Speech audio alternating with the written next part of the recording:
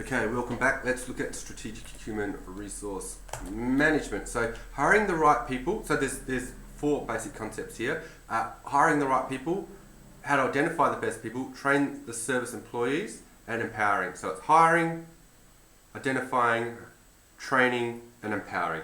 So it helps being an employer of choice. You might have seen this logo around, like there's actually a brand about being an employer of choice, and it definitely helps in the labour market, which then allows us to select from a pool of candidates that the best candidates for a specific job. Now, if you're at university, you're probably thinking about getting a job coming up, like at the end of the year or next year, and you're like, oh, I just want a good job. But imagine if you've got offered three job, so you've applied to different places and you got three job offers, right? How do you determine which one is the one you're going to choose? And you might go, well, I'll go the one with the highest wages, like the highest salary, the highest paying job, and that might be one way, but you're probably smart enough to know that doesn't necessarily mean you're going to enjoy the job the most, right? So you're going to look at these things. Now, an employer of choice will give an indication about whether the people there are already enjoying their job. Because if you get paid well but you go to an organisation where everyone hates their job, it's not going to be pleasant for you, right? You'd be much better off earning a little bit less, but going to work where people love being and you actually feel included and valued and you look forward to going to work, right? I'd much rather get paid less and working somewhere where I love than getting paid heaps of money and hating every second of it, right? So being an employer of choice in the labour market, it helps. I mean, money helps, but culture definitely helps too. And the way for employees to determine or protect prospective employees is the employer of choice one. Now, how to identify the best people. This includes observing behaviour, conducting personality tests, interviewing applicants, and providing applicants with realistic job preview. This realistic job preview is actually quite cool now. In the good old days, you'd be like, we need a new employee, so you'd go to the market, you put a job ad in the newspaper, and people would apply, and you look at, shortlist them, you get 5, interview 3 of them, or whatnot. So you sort of filter it down to you get 3, then you do a job interview, and then you pick based off the interview. Now that wasn't always the best one, because some people interview really well, but they're really bad employees. Other people aren't very good at interviews, but they are good employees, right? So it wasn't that good. What is better is you go, oh, can you work for us for a day or two just to try out the job, right?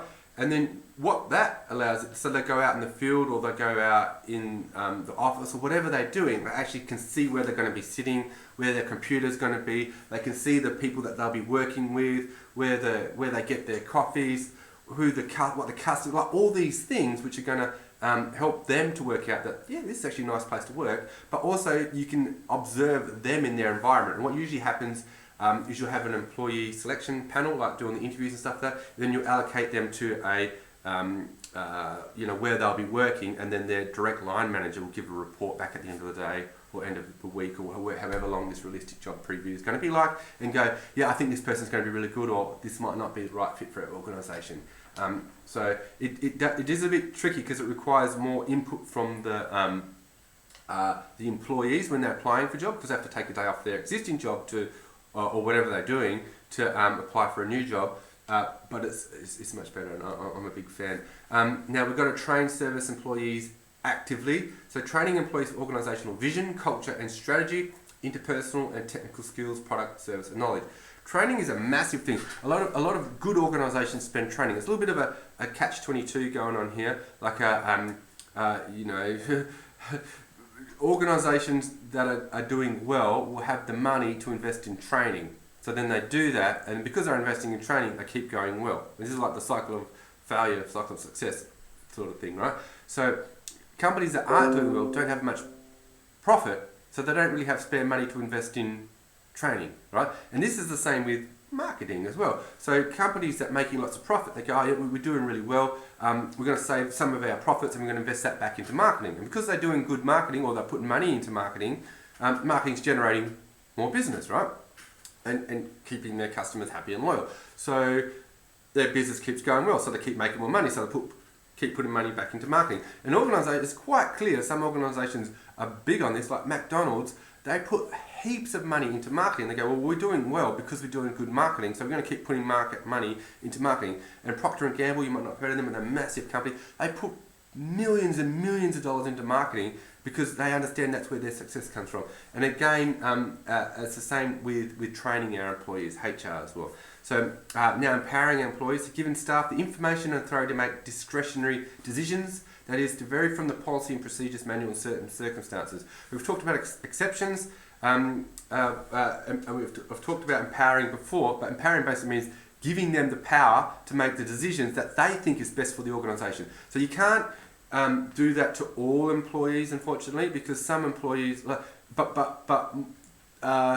if you're employing marketing people, so if you're a marketing manager employing new marketing people, they've gone all the way through university. They're obviously going to be smart enough to know, how markets work and how customers work and stuff like that. So they'd be good people to empower. And usually the more trained and the more skillful your employees are, the more you can empower them. So you can't go too far, but you can definitely underdo it as well. So you've got to make sure you've got that balance right.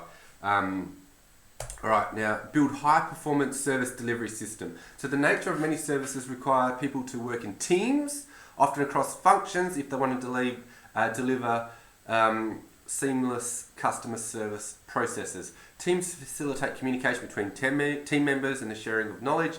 Service teams take on more responsibility and require less supervision than more traditionally functional organised customer service units, like individual focus. Teams often set higher performance targets for themselves than supervisors would, and the pressure, like the culture within that group to perform higher with a good team, because you get that the team wants to work together and you don't want to let your teammates down, right? So often the team's expectations that they're imposed on themselves, and not that they have to do it, but that they want to do it. So they go, oh, we're working in a team. You might have heard people say this. Oh, I don't want to let the team down. I was going to call in sick, but I didn't want to let the team down. It turns out you should call in sick anyway, because coming to work infected is letting the team down. But that kind of culture where they sacrifice their own individual benefits for the benefit of the team, and that comes from a really good high performance delivery teams. And it's part of the reason why we've been asked, we do so many group assignments now, because a key skill that graduates need to learn is to be able to work in groups and in teams, right? And indeed, your case study presentations to the workshop groups will be helping to develop this skill. So we also want to motivate and energize people. Staff must get the message that providing quality service holds the key for them to be rewarded. Motivating and rewarding strong service performers are some of the most effective ways of retaining them. So reward the behaviour that you want to see or that you like. And to me it seems obvious, but to many organisations it's so functional and so policy driven that they're not rewarding the behaviour that they want to see. They're rewarding the behaviour that's technically complies with some ridiculous policy somewhere that someone wrote up 10 years ago. All right. Service leadership and culture. So service leadership, charismatic leadership and transformational leadership fundamentally changes the values, goals and aspirations of the front line. Leonard Berry, and he advocates for value. So this is a famous marketing guy that came up with the idea of relationship marketing. So he advocates for value-driven leadership that inspires and guides service providers. Leadership should bring out the passion for serving. And indeed, service is passion. It can, not everyone has a passion for helping and servicing people, but a lot of people do, and these are the people that you want. So service culture can be defined as a shared perception of what's important for the organisation, shared values and beliefs of why those things are important. And if your staff don't know that, what's important for the organisation, and if they don't know why they are important, then you've got a culture problem, and it's a leadership culture problem. So you need to think about, what are you saying, what are you doing? And if you're saying to your staff, oh, how are we going? We meet sales targets, and then functionally your brain might go that way because you need to make a certain amount of money, like revenue, to make the profit, to be able to pay your staff and all that sort of stuff, right? So from a functional perspective, you might be going, oh, I need to know how much money we're bringing in because it's really important to our business. But bringing money in comes, you've got to think a lot further, a lot more strategic, a lot more down the line than that, and go, well, what's important? Why are we bringing the money in? And that comes from looking after your customers, looking after your staff. So service leadership and culture. So this is the last slide. So In here we've got the traditional organisational pyramid, which is A, and then the inverted organisational pyramid with the customer and frontline focus. So you'd often see this in like the human resource management people. They love doing like organisational charts, and you got the boss at the top, then you got the middle management, and you got all the frontline service down there, right? Yeah. In this pyramid, it's sort of like lines of responsibility. So the top management are responsible for the middle management, who are responsible for the frontline. So lines of reporting would be we've got lots of frontline staff that are reporting to a medium number of middle management to the very few top management, like the top management team, the senior executives, right? And that's kind of the approach that they have. Well, I'm at the top, I'm telling you what to do. This is what the organisation requires of you. But it's a little bit bad for business, and in fact it's really bad. This type of mentality, although it's prevalent, and you can sort of see it from the benefit of it from one perspective, because it's like, well, who do I report to? Who's responsible? So it provides some kind of structure to the organisation. But as an approach, it's not very good. This one's much better. So what we do then is we've got the idea of the middle management and the top management is to support the frontline staff. And that makes sense. So then top management isn't about command and control, it's about service. So I really want to emphasize that point. So we're learning services marketing. As marketers, we often think about service, what our staff are doing, our frontline staff are servicing our customers, but also what we're doing to service our employees. We are in a position of service. We're not doing what we want to do. We're there to service and provide for our staff. That's what our job is to do, right? So you can't think, well, I'm more important than you because I'm the boss, blah, blah, blah. You have to do what I say. You go, well, what do you need to do your job well? Right. You need organisational resources. As a senior manager, my role is to ensure that you have the resources available to do the best job that you can, right? You need training. Well, it's my job to service you by making sure you have the training that you need.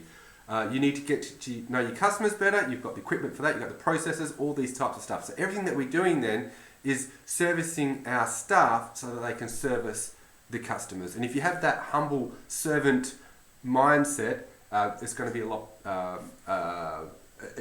It's got a lot better for business because you've got that customer focus and that employee focus. And here's a you should look at this. Look this up. The research by Catherine de Vries. I don't know how to say half these last names. Good service is good for business. Alright, so that's the end of this week's lecture series. I look forward to seeing you all in the workshops.